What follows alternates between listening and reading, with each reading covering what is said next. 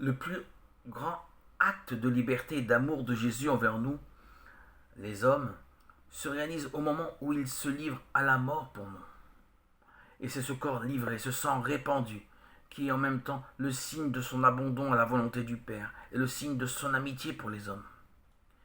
Il nous entraîne alors avec lui au-delà de la mort, vers la résurrection et la vie éternelle. Ayant pris du pain et rendu grâce, il le rompit et leur donna en disant : « Ceci est mon corps, donné pour vous.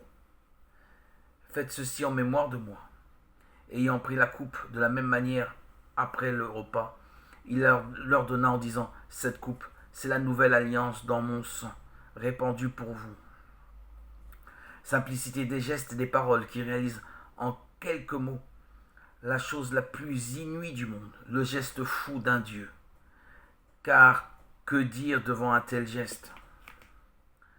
Jésus, au moment de l'institution de l'Eucharistie, renoue avec tous les sacrifices offerts à Dieu dans l'ancienne alliance, car il est la victime offerte, au corps livré, au sang répandu.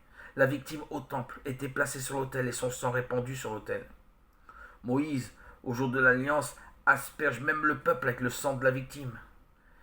Mais la nouvelle alliance, c'est tout autre chose. C'est l'acceptation totale de la mort par le Fils de l'homme et l'invitation à s'emparer de ce corps livré, de ce sang versé, dans une communion profonde à la volonté du Père, comme le Fils bien-aimé s'y est abandonné sur la croix.